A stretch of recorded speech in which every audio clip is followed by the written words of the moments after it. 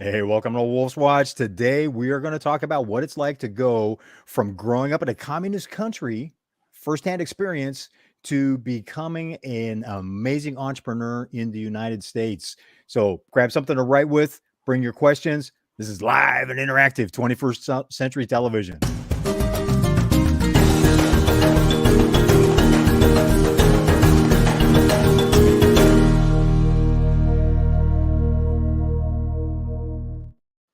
Today, we are going to be talking with Teodora Moga, who came to this country to take advantage of what it offers after growing up in a communist country. And she's going to share that story, but also we're going to talk about her journey as an entrepreneur and the way she has just totally taken what is available and is now helping many other people.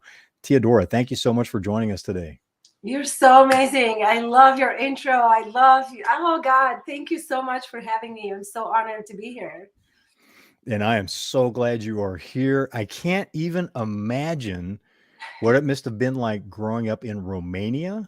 hmm I was born, Holy yeah, cow. I was born in Romania. And at the time, I mean, I don't have a problem disclosing my age. I'm 41 years old. And so back in 1981, Romania was a No, country. wait, that can't be possible. Thank you. You said 31, right? Yes. Yes. Okay. um, Back in 1981, when I was born, Romania was a communist country. And everything was ratioed and everything was on schedule. Like, I remember going home from school. I had to Mhm. walk back home from like elementary school was in our neighborhood. So the walk was not very far, but I would go home, and in the winter, the power would go off at 8 o'clock. So if I had to do any homework and I wasn't done by 8 o'clock, I had to do it at the light of a candle. And we had in our kitchen table, we're a family of five, and we lived in a 3 bedroom apartment, which one of the bedroom was living room. Pretty much we just had a pull-out couch, and my sister was sleeping in it, and my parents had a room, my sister and I had a room, and my older sister was sleeping on the couch in the living room technically. Wow. And we had a small kitchen. The kitchen table would not feed all of us at the same time. So my dad had this habit of eating really fast, and then he was first to go rest, and we would have my mom would be the last to eat. And after dinner, if I had homework, it was the candle, the light. And I did this for years, most elementary. The revolution was in 1989. So that's when Ceausescu got Okay. killed and everything transformed. And but even television program, like even that was on schedule. It was from 6 to 8 at night. And other than that, there was nothing on the TV. Only from 6 p.m. to 8 p.m. 6 to 8, yes. Wow. And we had 20 minutes of cartoons at the very end, an hour of Ceausescu speaking and doing this, how he used to do, Oh my and gosh. a little bit of news, and 15, 20 minutes, 30 minutes the most out Mhm. of cartoons for the kids, and that's it. It was done, and Wow. turn it off. We had black and white TV. I was the remote because I'm the youngest. I have two older sisters.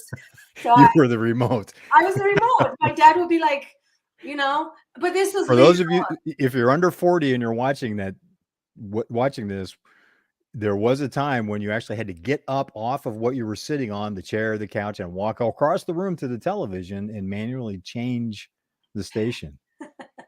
My Yes. gosh. This was after the revolution when Mhm. we finally had a TV and there were more channels on the TV. So TV started to be advancing. But yeah, I had to get up and change the channel. And we had a card. There was a small little card, a little heavier paper, that in order to go get flour, eggs, bread was the big one. You had to have the card, and the card was marked if you bought the bread for the day. You couldn't go back and buy more bread because your card was marked. So for a family of Wow. five, we had, I think, a loaf and a half uh, Mhm. of bread, and then For a family of 5. for a family of five, yes. And then That's like next day one you meal had to have the card. in I the know. US. That's how I grew up. And you had, but you had to have a government issued card to get even that. Yes, I think I don't remember exactly how you get the card, but it was definitely with the name. I'm sure they had lists and everybody was, some sort of a list, and then they would issue the card, and somehow they made it ratioed everything. I remember Mm. bread for sure because I again was grocery. The grocery store was right across our building, and it was my responsibility to go get the groceries. And So you were one of the first Uber Eats. I guess for my family, I think so. I believe so.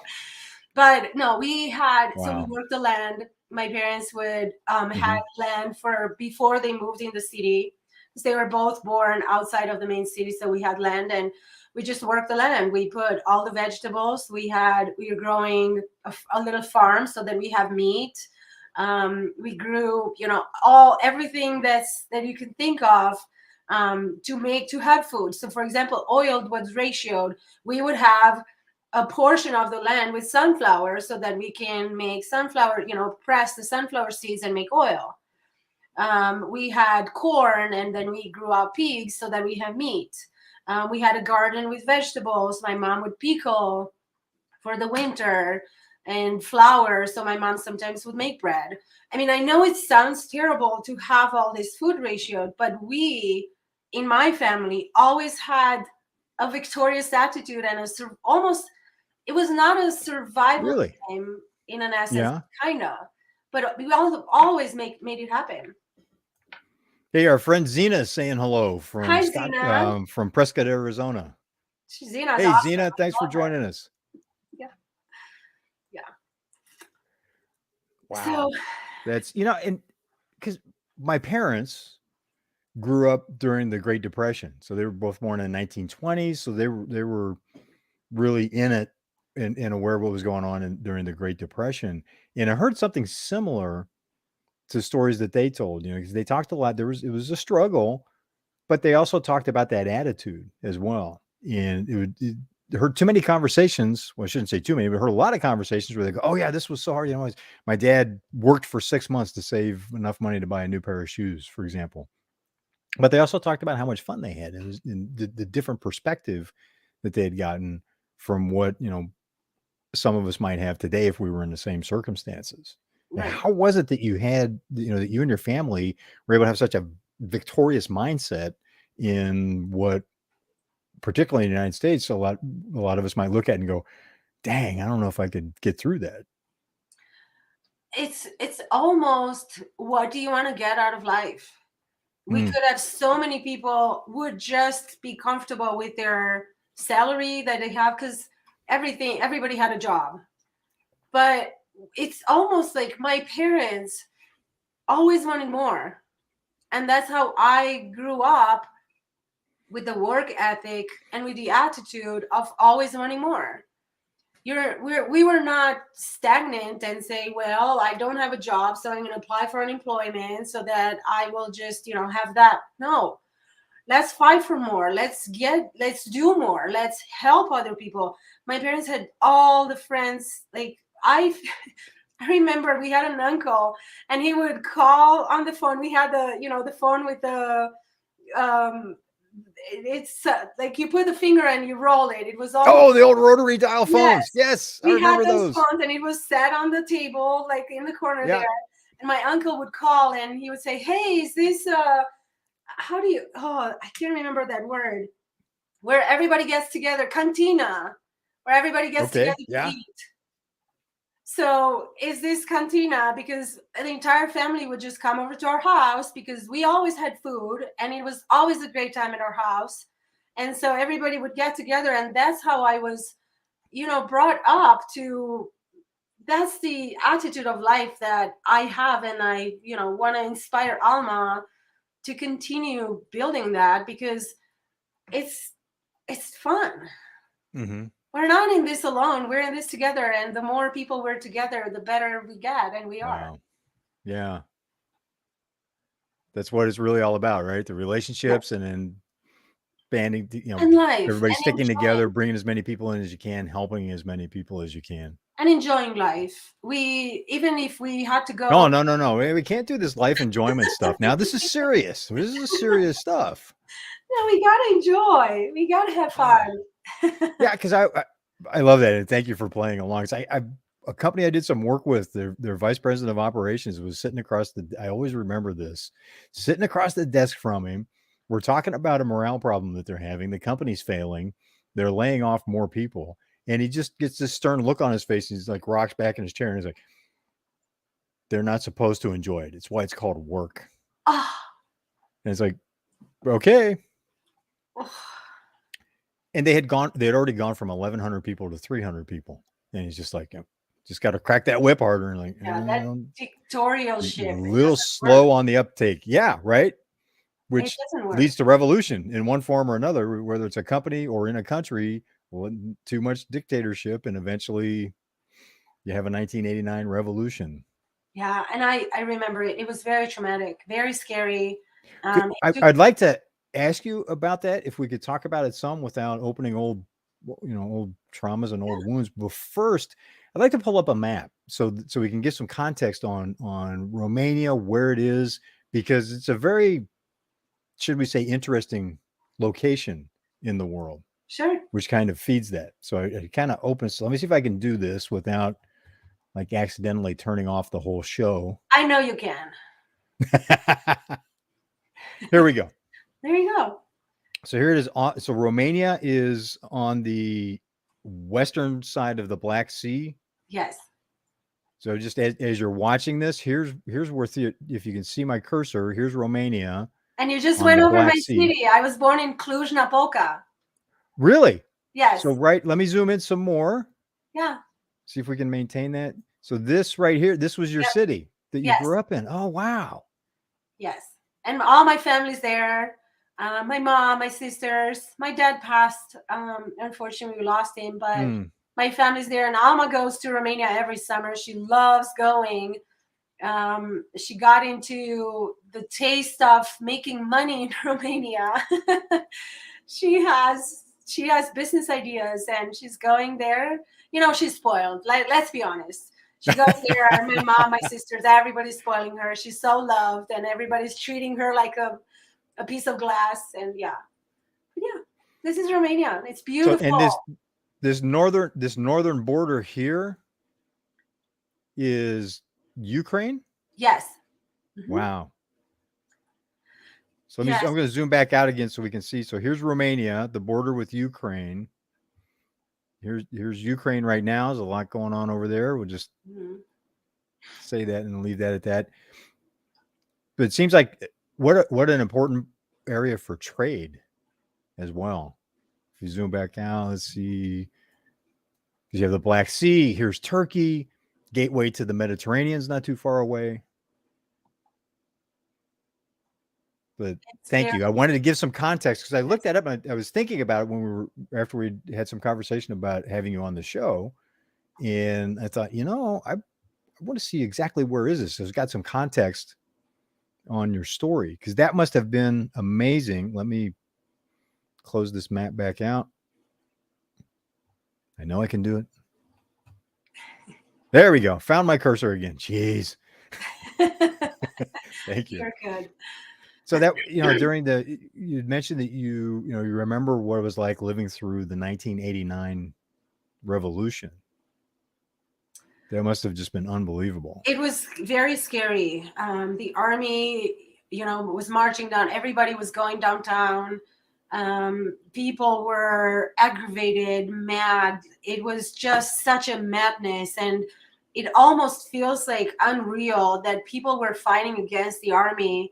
But the army was, some of our friends and family were in the army. They had a responsibility to keep everybody safe. However, everybody was fighting against everybody. It was just such a mess. And I was 8 and seeing people were trying to get into our building. 8 years old, and you're suddenly in the middle of a bullet 7. firing revolution. 7. Yeah. Oh my gosh. My dad was an ambulance driver, so he was, they had a 12-hour shift. So at the end of his shift, he Hmm. couldn't come home. He was stuck in the middle of it. We were Oh, very afraid. Phones were cut off. Nobody could communicate with anybody. People were wow. coming in the building. People in the building were just. This was a night that I don't think I will ever be able to get out of my mind. But at the same time, it's so hard to put into words how you feel as a child. My middle sister was asked to go guard the door downstairs at the building because all men were downtown, and it was a fight, almost like riots that happen here in America every now and then. But for Romania, we knew that it's a revolution. Mm. So it was very, very traumatic. For the longest time, I had nightmares that I didn't know. I was a child and I had the same nightmare over and over again. I never told anybody. To this day, my mom Wow. doesn't know. um, it was very traumatic. But life goes on. Like, there are some good things that happen that But over I have a quick question. How long did that last? the revolution. I Yeah. think it was 4 days, 4 or 5 days. Wow. It was not How because scary. Ceausescu ran. He ran away, and then he Mm. got caught, and then he was executed on Christmas Day, where they shot him, at the wall. And this was live on television. Another So they trauma. broadcast that Yes, within Romania. Oh my gosh. yes. And he was caught shortly after it all started, and then it all kind of, quiet down, Yeah. and then the politics just, started. But I was too young to understand any of that. Well, Uh, and as you're watching this, you definitely want to do some research on who Cusco was. I remember some of that story, and I don't want to take us down that path, but he was definitely not a very nice man, to say the least. he was doing this. Yes. Every time he would talk, he was doing this. We can get out of Ceausescu if you like. Yes, we'll move on from that. But I just want to encourage, as you're watching this, dig into the history on some of this, to give you some more context and to really understand what was happening at that time. And thank you, Zena. And Zena, thank you for sharing your story, Teodora, Yes, you're welcome. because that is, it's experiences like that. So many, people like yourself come to the U.S. and you've experienced things that we find unimaginable growing up here. And I'm so glad that you're here. Thank you. I left. William, thank you. William's a good friend of mine here in Los Angeles. William, glad you're a part of the show, part of the conversation. Jose Garza, thank you for sharing, my friend. Thank you, Jose. You're the best. Yeah, so I left when I was 25 because, again, I wanted more. I graduated technical university. I was an engineer, and I didn't know now what. Wow. What area of engineering? So my degree is an interesting mixture of economical knowledge into the car industry. So it's a technical engineering with economical knowledge. Good So combination. what Good we are combination. supposed to do is be the person who can build the perfect car, from all points of view, Hmm. especially the cost, and have that economical knowledge when it comes to engineering in the car manufacturing. So So you finished your degree and then had that question, like a lot of college yeah, graduates. Okay, now what next? yes, and I wanted to move out. My parents were very protective. I want to say it's common in Romania Hmm. for young adults to live with the parents until they get married, and sometimes even after, because of the space, and it's just Sure. impossible. So they would not let me move out because financially we couldn't do it, and a job wouldn't have supported that. But I'm wild. I was I'm shocked. Really? so I laughed. Theodora, you seem so quiet and reserved. So No, but I'm having some fun. But it's I've learned a similar story from my wife and her culture. Her family came to the U.S. from Hong Kong in the 1970s, and to step out, yeah, particularly for a young woman, to step out of a traditional role in the family or off of a traditional path takes a lot of it's a very emotional experience, and it seems it takes a lot of courage, yeah, to do that. It was very courageous. However, I was always very excited. I feel like even now, maybe instead of fear, I go on the opposite direction and I'm thinking, oh my God, this is so exciting. So instead of being afraid that I'm making this decision, I was so excited. I was like thrilled. I'm going to fly. I never flew before I came to America. I never even seen an airplane close by. I was the first in my family to leave the country. So it was very exciting. I never for a minute thought, this is so scary. What am I going to do? Where am I going to stay? How is it going to be? I was always so excited. I'm so excited to discover. I was very enthusiastic. I was so proud, almost like, oh my God, I'm doing something was never done before. So that was so Well, amazing. and prior to 1989, that wouldn't even have been thinkable No, or possible. not in my family. Other people immigrated. They, Oh, okay. escaped. Mhm. They skipped communism. Like Nadia Comaneci moved to America before 1989. So It was people, actually defecting, though. It wasn't like, okay, you get a visa and you get an approval and off you go.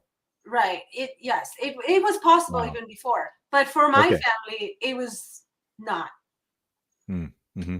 I don't know how my parents came up with the $500 application.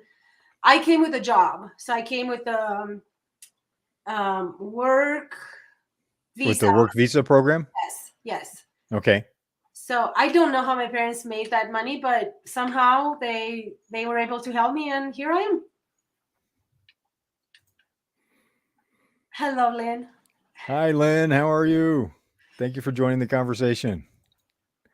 Wow. So that was a big sacrifice Yes, by your family, by you and your family as well. So you had a little bit of support from them then to make that, step off of the path that they thought would have been best. a little bit. Yes, I had $100 extra in my wallet Wow. when I came, and I came. So I flew from Cluj to Frankfurt, and no. I'm sorry. There was no flights from Romania. I had to take the bus to go to Budapest, Wow. and I was in the bus overnight, and from Budapest to Frankfurt. And in Frankfurt, I fell asleep, and I didn't even know. I was exhausted, and I thought I missed the flight, so I wasn't sure if I still have. I didn't know how flights work, and they gave me the boarding pass, but I didn't know what that is. So I looked on the time and the gate, and I kind of figured, okay, I got to go here. But I fell asleep, and I slept probably very, very deep for about 20 minutes. And then I ran to the gate thinking that I missed the flight, but I didn't. And then I took the flight to New York, and I landed in New York. And I remember my mom telling me, here's $100. Make sure you take, oh, I don't want to cry. Um, don't allow anybody to pick you up that would not be a legal taxi. So in the movies by now, we knew that all the cabs in New York have to be yellow. Those are like legal and good people, let's say. So I was told to take a yellow cab to take me to the hotel where I can register and be there and be kind of in good hands for the training that I was supposed to do. But I had no idea. It was like a new world. It was like somebody that came from, a small city to finally land in New York, and here you are by yourself with a suitcase of clothes. Now what? Oh my gosh. And $100 in your pocket. And I knew like there was no way that I wouldn't take a yellow cab because I was terrified. Mm-hmm. And I'm 5 foot. So, this tiny little thing. Yes. That was a journey to, I had no idea how long the flight. It was the longest thing, it's 8 hours, 10 hours over the ocean. And landed in, Were you able to finally get some sleep during the flight? I assume, yes. I must have. It's too long. Understand. So you're in New York. Were you able to check into the hotel then? Yes. So I And took a then yellow cab. The guy was super nice. Left me right Mhm. in front of the hotel. I knew that I'm staying in New York, New York. So I went in, and they had, because I came with a program, I was an international nanny. So I came to live with a family, and the program was all set up. There were people coming from all over the world. Oh, wait, hang on a sec. So you have this incredible engineering degree, Yeah. the Yeah. unique mix of hardcore engineering and economics, so that you can do these wonderful products, especially automobiles. It's such a complex system. And you moved to New York to be part of an international nanny program?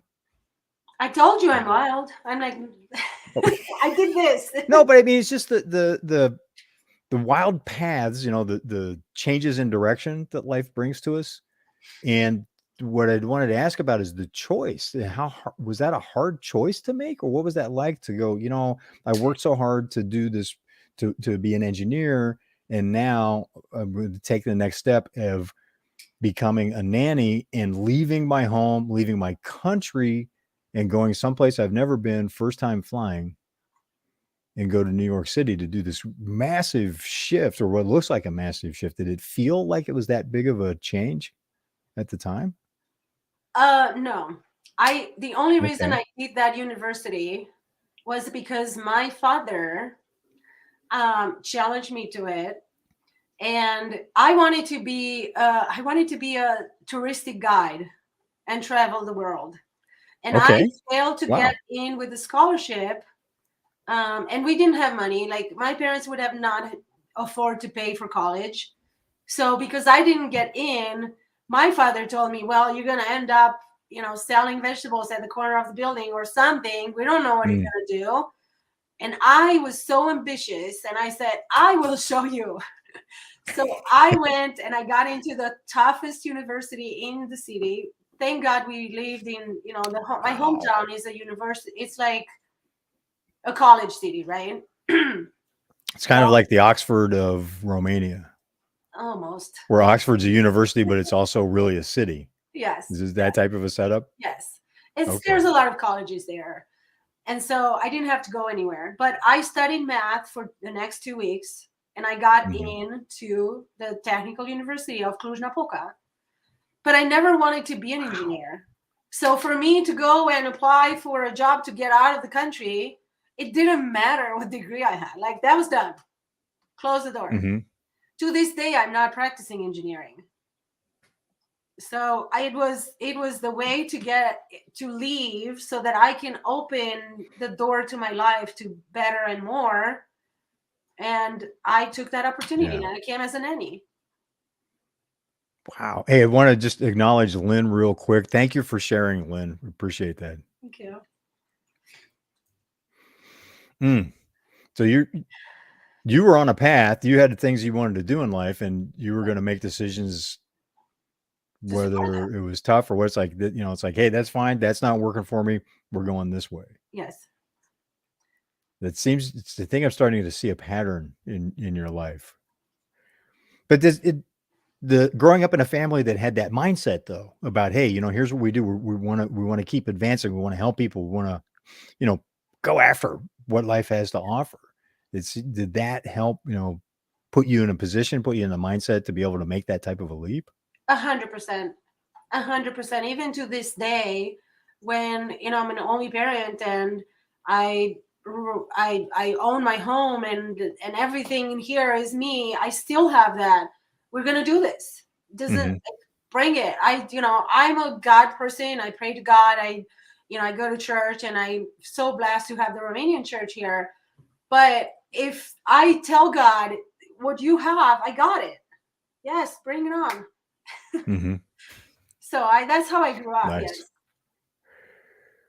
So you're in New York. You're starting a new adventure Venture. with the international nanny training. You've got a job set up. What happened next? I finished the training in New York. It was a few days. And then the family that I was matched with in Romania. So when I was offered the job in Romania through this agency, they matched me with the family. The Hmm. family was in Colorado. Training was in New York because that's where the agency is. Excuse me. So I finished training in New York, and then I flew to my family in Colorado. They picked me up from the airport. They took me home. All is great. I have an amazing American mother that I have such a good relationship with, even to this day. And I took care of two little girls. They were 3 and 5 at the time. That now, after 17 years, I consider them my American sisters. We are a very close family, and we stayed in touch. They were very supportive of me, and everything was awesome living with them. So I came to Colorado, and I want to say about 2 months into my contract, I was extremely homesick. Remember, this was the first time I left my family for more than maybe a weekend getaway in the mountains, or a trip to with my Wow. friends. And now I'm across the ocean, and I'm Hmm. homesick so bad. I want to quit. I want to go home. I miss my mom. I Sure. It's tough. So my American mother, she's actually an amazing doctor. She encouraged me to go find Romanian families, to connect with Romanian people, Wow. and find that connection to home somehow. Hmm. So I found a man. I don't know if I found him or if we found each other, but I found love through a man. We got married. I was gonna go back home at the end of my contract with the girls, with the agency. I did not want to extend my stay, and I was Hmm. going to. Because it was because of the experience of being so homesick. This is the first time you're away, and you're really halfway around the world. Yeah, I think so. I Yeah. think so. I didn't know what and how, and it was just too hard being here alone. But I was in love for sure. Good. So um, we ended up getting married. I was not going to be here illegal. I do Hmm. not believe in doing anything illegal. So not having, the right to be here, I wasn't going to do that. So then the Romanian man proposed, and we got married, and we had a 7-year-old marriage, and we it was beautiful. It was an amazing relationship with a Romanian man. It was like we had our own Romanian family in America, and it was awesome. We bought a house, we had a child. Alma was born in 2011, and then 2 years later, unfortunately, we decided to get a divorce. Sorry to hear that. It's It's always, life, and it happens, and I believe that everything happens for a yeah, reason, and the reason for that marriage was so that I can have my amazing daughter. exactly. Yes. It was beautiful. It was a beautiful marriage. We traveled a lot. We had a lot of fun, and it was very Romanian. Hmm. Well, it's So that being able to find someone that you can that has shared experiences from growing up in Romania, that you enjoy doing things with, shared values.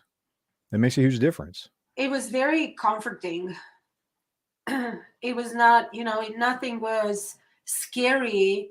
I wasn't ending the contract here and then now what? We kind of had each other. He was in the army, so I got to move to Fort Riley, Kansas, where he finished his contract. He was deployed, so I was there through deployment. Wow. And That's uh, a big change from New York. yes, God, it was the hardest thing. Oh my God, Fort Riley, Kansas, in the middle of nowhere. It's flat, nothing. Yep. Farmland. Yes, Farmland and military bases. Now, if you're watching this and you're in Kansas, I've been to Kansas. Not That's not meant as a dig at Kansas. It is just extremely different. And also, so is it somewhat mountainous where you grew up in Romania, it's or it's forest? hills and valleys, and very different. So Um, it's so it has some geographic similarity to parts of New York then. We have like rolling hills and forest and yes, some farmland yes, but upstate when you get away from the city. In New York, I was only there for, I was in the hotel for the class, Mm. for the Mhm. training. I got to travel a little bit with the group, but didn't really go outside of the city. We were only there for training, and we had 9 to 6, and then they shipped us over to the families. So I didn't have a lot of time to travel, but I did travel, while being married, we traveled a lot around the country, and Romania is very, very similar with Tennessee. Okay. I've been ridden motorcycles through Tennessee. Beautiful countryside. Yes, very much. Beautiful countryside. And I just wanted to. William said something I totally agree with because it's a really fantastic story. Wow. Very strong person. Thank you. Thank you, William. Yeah, So now we're in Kansas we're in Kansas. without Toto, We got the without Dorothy. I visited the museum. It's very cute. Really? Oh, how cool. It's very cute. It's something that everybody, if you go through Kansas and you want to take, like, plan the trip, stop at the museum. It's awesome. So we're in Kansas. We get deployed. We come back from deployment and we get out of the military. It's not a good fit for him. Well, Deployment. and I like, if I could, I want to acknowledge you say we. We get deployed. For those that are serving, this is really the whole family Yes. serves. So thank you for that. It was not easy. It was Yeah. more frightening than living in Romania by myself. Wow. Yeah, it was again very traumatic because the stories, and he had internet so we could communicate, but the stories were very scary. He was very good at keeping me in check, as in, I'm okay, you don't worry, we're safe, we have all this equipment, everything is good. However, just thinking about it, it was very, very a lot for me. How could you not worry? Yes. Right? Okay. Yes. How could you not worry? So- This takes a military families, military wives, military husbands, takes a lot of strength. It was another part of the story, chapter 3. Yes. Then we get out and we move back to Colorado. We both loved Colorado. This is where we met. And we come back and we continue life. He goes to school. I go to work. We buy the house and almost born. The story is beautiful. It's a beautiful story. Yeah. And when it ends. Now I can look back and think, gosh, what would I do different? There's a few things that I would do different, but I'm sure everybody going through a divorce can go back and reflect and say, maybe this and this and this could have been different, but we can't change the past. The danger of hindsight, and I've experienced this also, is hindsight can be very, very sharp in a cutting way. Oh, what a wonderful cat. Hey, kitty. Honey, you should go outside. But it's yeah, it's like we reflect and we learn. The emotion comes with it too, and it's a challenge. It seems a part of the challenge is those kind of questions come up. It's like, well, what could have been different? You're right. And the real key is to, okay, what did I learn? Yes. And how do I apply that? And I mentioned that, as you're watching this, Teodora and I know each other through a mastermind group, and have had the opportunity to listen to her wisdom and her insights that she's gained and how she's applied that in her life moving forward to create an incredible life, which is why I was excited about having you here on Wolf's Watch today. Thank you. It is pretty incredible. I'm so blessed. So you're learning from the experience. It's not easy. It's going through divorce is tough under the best of circumstances. And I'm left. How did you? Go ahead. I don't mean to speak over you. Interrupt. It's fine. It's a conversation, right? Yeah. It's just think like we're having coffee sitting across the table, not 3 states removed. I'm having cranberry juice. A cup of warm water. It helps with the throat while I'm talking a lot. It's so good. So after the divorce, during the divorce, I should say, when Amma was born, I was a stay-at-home mom. We were making good money. He had a job that was paying him very good money. And so we could afford for me to stay at home and raise her. And so when the divorce happened, I didn't have a job and I was a stay-at-home mom. We did split the bank account, and I think I had $23,000 in the bank account at the time. and I had no job, and I didn't know what was going to happen. So a few months after, I think almost he left, I started looking for a job, and I was somehow coming together with a plan what to do with Alma. She was 1.5, and I did not want to put her in daycare. It would have broken my heart to put my child, my baby, in the daycare from 9 to 6 every day. I I want to make sure that as you're watching this, you don't miss what was just said there. So you've just gone through a divorce. It was a great relationship, big anchor for your experience in the U.S. Now you're a single mom, a 1.5-year-old daughter, no job. You've been a stay-at-home mom, so you haven't worked haven't been out in the workforce for several years, and looking at okay, how to move forward with that. And I'm a And full-time you single mom. Like he did full not time have single a mom. relationship with. When he left everything behind. Mm. There's no communication between him and my daughter. He does not have a Oh relationship wow, with her since the day he left. wow. So just one thing after another just makes it harder and harder No, it to doesn't. It makes it restart. more exciting. Oh, I love that. It makes it more exciting. Yes. So Yeah. language means so much. How we frame things when we talk about it. Yes. It's only hard that I make it so. I've been just Like, it's not I'm hard. learning that You just do lesson. it. Nothing's Yeah. hard. Nothing's hard. Their heart doesn't exist. It's like exciting. Let's see what's next. What else can we do to be better, to get out of this so that it's good? It was not hard. Mm.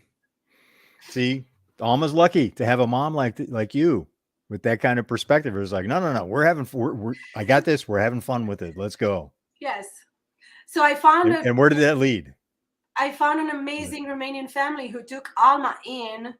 Without this Oh family, wow. I don't think I could have went back to work and just build up from there, because they literally took Alma in. Like that Yes. Williams agreeing with you. It makes us stronger. Yes. So they took Alma in and they watched her as in like in-home care, daycare, but it was really just Mm-hmm. mom and 2 boys, and the Romanian family, Romanian husband and wife. And I met them through my church because I went to Romanian church, Mm-hmm. and they took Alma in, and she was at their house while I was at work. And I found a job, thinking it took me a little bit, but I thought, what do I like to do? What do I want to do? I did not want to go work for money. I wanted to go, obviously, I needed money, but I wanted to do something that I like. And so I found a floral manager position in a grocery store. I didn't have management experience, but I put together a few bouquets in Romania before, and I put a portfolio, and I went to the interview, and I got the job. And Wow. I worked as a manager for 7 years. And I, it's hard to talk about this, but truly, I was the best floral manager in the company because I have a talent. I would make huge arrangements like nobody ever before. And I have a personality that if you put me in a grocery store, I talk to everybody. And I built that Yes. department so high that it like the sales were just coming in and relationships were just flowing. And I met the most amazing people, and I met my best friends, and I met a boyfriend in the grocery store, and it was just amazing. All this for almost with the Romanian family. Nice. Oh my gosh. Amazing, right? And it's that I just have this picture of people looking for reasons to come to the store because they want to talk with you, Yes, because they enjoy 100%. talking with you. Yes. And so many people said that to me all the time. And then one Valentine's Day, we broke the records. I had a team of 9 people, and we made the sales that were the best sales in the West. I don't know, from California to New Mhm. Mexico to everywhere. It was Valentine's Day. And after that, I said, hey, can I have $1 an hour raise? And corporate said, who do you think you are? Really? Yes.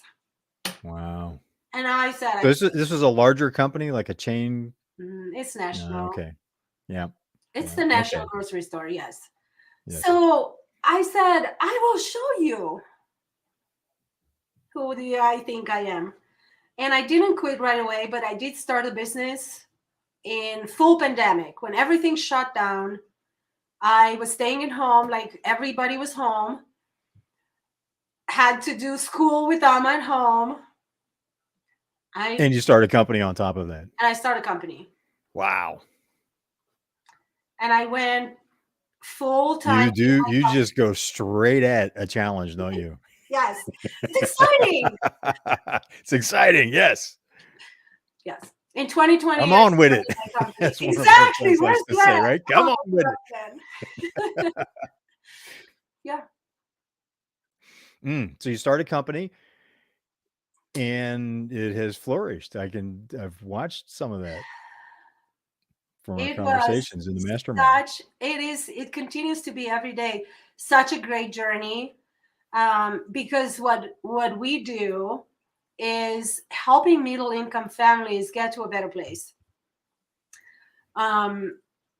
It was amazing to get licensed, to build my team, to build, my office, to do everything that I can for others, more than me, because what I do is I just lead other people to like build them up and build their own business with, my guidance and in financial services. So many people don't have not only financial education, but financial guidance. So let me go back a little bit. When we first moved back to Colorado, I had a husband, right? We were husband and wife. Alma was not born at the time. We went to a financial advisor. We had some money in the bank, and we went to him to ask. We were going to buy a house. We wanted to buy a house, and I wanted to start a flower shop, to start a business. Flowers was always something that I was so passionate about. I just love arranging flowers. We had about 25,000 in the bank saved from military stuff and income, and he told us, go back, and when you have at least 50,000 in the bank, you can come back and talk to us. I can't start an investment account with that money. You don't even have money to live. And we had 25,000 in the bank. So now, fast forward to what I do now and how I serve people. If you have $25 in the bank, you can do a lot of things with that. Financial advising and financial guidance is available to you, and you can have it. Don't let other people tell you no. Never. We do help middle income families get to financial independence. And that's possible. You can start an investment account with $25 a month. Yes. Yes, you can. So financial education it's just, is my company now. I'm sorry, say that again. Financial education is what I do with my company now. That's incredible. Serving. Yes. Creating a bigger house full of people at the table like you experienced growing up in Romania in a different way.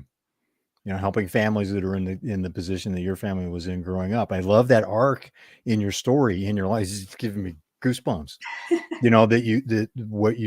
Where you started out in a foreign country under communist rule with a reviled dictator that many, if you're younger than 40 watching this, you may not remember that. Look it up in history. But then to take the challenges along the way and to come at it all with such a positive attitude, and then creating out of all of that, creating a life as a single mom, running a business where you're helping families that are struggling with financial education, which you're affecting generations, right? We do such a horrible job of teaching kids about finances and how to manage their finances and whether they're growing up. And that affects generational wealth of being able to, hey, when you here, let me help you get set. And my parents did that for me. I worked for a florist too, by the way. I'll come back to that. Oh, But when I was very young, they set me up with hey, here's a savings account, and here's what we're going to do. We're holding the book on it, so you can't take money out. But they put some in. They taught me to put some in, so that when it was time to come to college, we had some money in the bank to help with that. yes.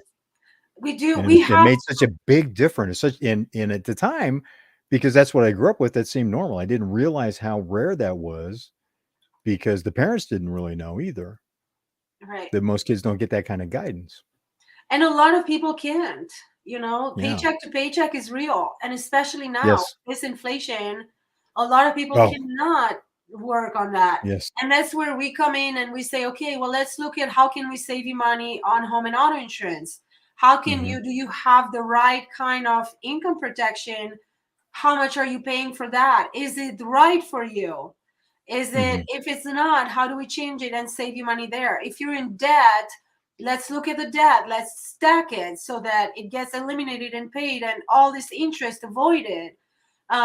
It's so much work. And I'm so proud of the young generation for acknowledging the fact that they don't get education and navigating towards our business and our, the industry to say, hey, I don't know anything about that, but I want to learn. And more than that, I want to help other people, my friends, other people that I hang out with that I know they could benefit from all this information. How do we do that? Yes. Yes. I started my daughter's investment account and she was 11. I should have started the year before, but that's when I started her college. But I put 1100. It was my birthday present to her and I said, here's 1100 into this investment account and it's yours and it's on your name. Well, it had to be, like guardian because she's a minor. But and she loves watching it. Wow. Good for you. I mean, what a different experience that creates for her in terms of her relationship with finances and long-term thinking, setting long-term Yes. goals. There's so much that goes along with that. And we have the moral responsibility to do this for our Yes. children and teach them. And it's not, and if, we tell them we don't have money, they grow up because that's how I grew up. For me, it was so hard to switch the mindset. If I had, like I had $23,000 to begin with, right? And I knew I don't have money. What did I do? I hold on to that money because it was What like, as opposed to $25,000, woohoo, Vegas, here we come. Let's buy a new car and drive there. no, That's you can do a lot with $25,000, but it is not, hey, I'm quitting my job and retiring for life it money. has to be the right trajectory for what you want Yeah. to do. And so many people Yeah. don't have a plan. But it's also people don't, plan to fail. Unfortunately, people are just failing because they're not planning. What's that saying? People don't plan to fail, they fail to plan. Got a plan. Yep. So that's And where we and come it's in place. and it's not just in modest income areas or in the public school system. There's studies. There was a famous study quoted, and I forget which. It was like one of the big Ivy League universities, Hmm. where these are people that have worked hard. They've got top grades, and they found that only like 3% of the graduating class had written goals, let alone a financial plan for how to move forward. You'd think, if you're graduating if someone's a graduate from a Harvard or a Princeton or a Yale, and it was one of those types of schools, I'd go, wow, they've got it wired. They've got it mapped out what they're doing. It's like, no, they graduated and then they're okay. Now what? Exactly how I It's like, was. whoa. Now what?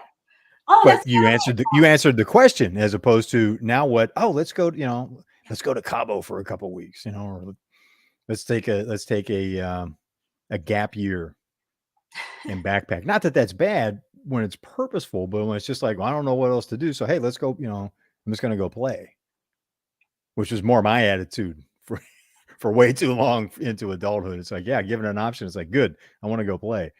And that slows things down, slows down progress. It has its place. It's necessary. We need to enjoy life, but you show how to do that in a context that keeps you moving forward, and it has a positive impact on a bunch of other people. That's the plan, and that's the goal, to help others. I started the business in full pandemic because I realized there's a need, Hmm. amazing need for financial guidance. People were lost. Money was not available. The government came back, gave money, and I knew that it was such a bad decision because Well, you saw that growing up. yes, and now we're paying for it Yeah, so hard. there we are. So, do you do classes, or how do you go about? Do you work with people one on one? Do you work on with in I groups? work with people one on one. Okay. Classes in general, as a group setting. We do that in order to promote our services more. So yes, we do. We get together and we educate, but it really comes down to one on one, when we can look at the situation they have in private, because no one likes to talk about their situation. No one That's likes a to good talk. point. That's a good point. That's one of the challenges, I think, with financial education and training. It's like I don't want to be the one sitting in the back of the class, raising my hand, going, "Excuse me, what's a checking book? Yeah. What do you mean you have to balance the checking book? I've still got more checks in it, right? Yes, It we means I don't. must have more We money." go we go at the kitchen table, and we talk and we put together a plan. Financial needs analysis is a powerful document to have. Hmm. So many people need to have it because people these days don't have a clear direction from where they are to where they want to go. A lot of people don't have their financial independence number known, which is, how are you going to retire and how much money do you need to retire? People don't know those things. And so it's our job to educate. And that's what we do. Yes, It's amazing, right? It's exciting. I it can't. is. No, it is. It is. I'm just that's so heartfelt, and you're triggering memories because I started out in engineering, and I did it because they were hiring.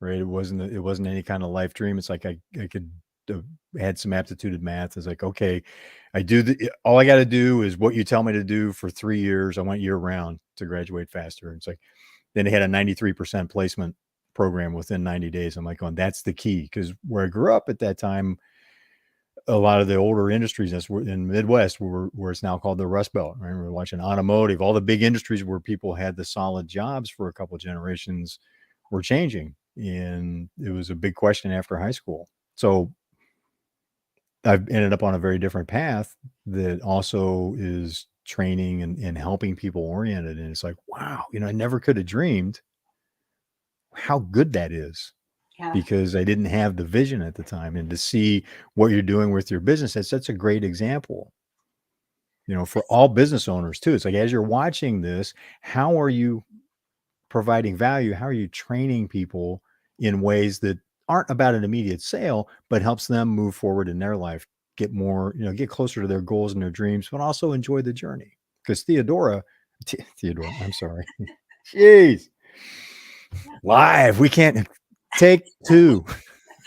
Theodora, you set such a great example with how to do that.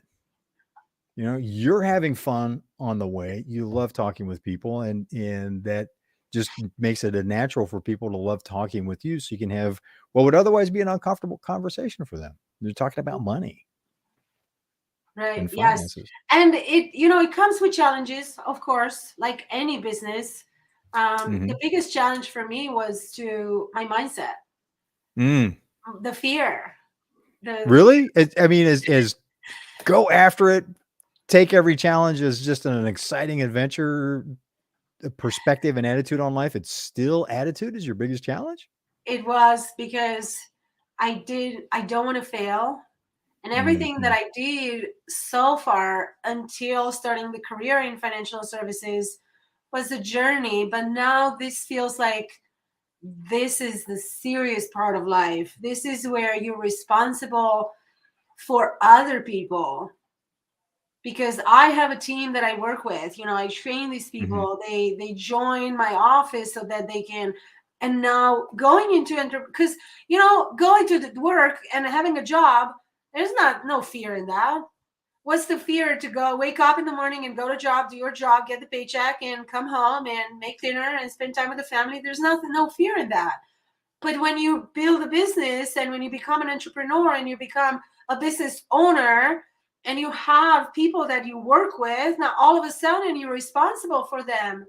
So now you have to take not only your own life and your own family and your own situation, but you're also responsible for training and developing these people. So that to me was one of the biggest challenges moving, growing the business. I, Sure. A big shift in how you think about it. it was a shift in my mindset, Mm-hmm. but I Wow. kept the That's powerful. attitude. I kept the positive attitude and I educate myself. I listen to Ken Walls. We love Ken. I listen to him. I listen to what his interviews with all these amazing people, guests that he had, Brian Tracy Mm-hmm. and A.L. Williams, the founder of the company, and I pay attention to what I put in my mind so that only good things stays in there. And I follow my coaches, and I have several coaches that I work with, and I was able to achieve the unachievable, like promotions after promotions, and going up the ladder in the business, and it's amazing. Yes. And well done. Congratulations. Thank you. Thank you. So as you're watching this, if you're watching it on the replay, if you've got questions, post your questions in the comments. We keep an eye on that, and we'll get an answer for you. We'll pass it on to Teodora and go, hey, we've got a question from so and so. We'll make sure we get an answer and I know follow you. that example. Thank you. Of I course. noticed you put my website on the Yes. bottom. So no, I love, even this landing page. It's called Live More. Yes, and I wanted to ask you about that. Live more. There It seems to be a broader message there. Live more and stress less. Mm, Work with I love people that. that can help you, no matter what the problem is. Acknowledge the problem, address it, fix it, and live more. Well, and this is from the experience of having known you for a while now, Teodora. There's people that will help you, and even more importantly than that, people that you can trust that will help you. And as you're watching this, my personal experience with Teodora is she's one of those people. She will help, and you can trust her in that process, which makes it possible to have the conversation that's needed, which for me is a challenge. It's like I want to hold on to something, and I want to trust the people around me to say something that's uncomfortable, or particularly if I'm not looking cool, because I really don't care if my hair's on fire. As long as I'm looking cool doing it, I'm good. I love you. That's why I don't have any hair anymore. It's like it all burned off. You're the best. Teodora, thank you so much for being here with us today. I appreciate this conversation. My I'm God. honored to be on your podcast. This is such an honor to me. I don't, my time is valuable, but I will always Yes. spend time with you. And it's such an honor to be your guest. That is mutual. And as you're watching this, check out livemore.net/Teodora Moga. You want to learn more, reach out to Teodora. She really is someone that helps and that you can trust as you're going through that process. Thank you so very much. I You're appreciate very you. welcome. I appreciate you too, Teodora, and I appreciate you for watching. Thanks for being part of Wolf's Watch. Thanks for being part of the conversation. And I look forward to seeing you on the trail.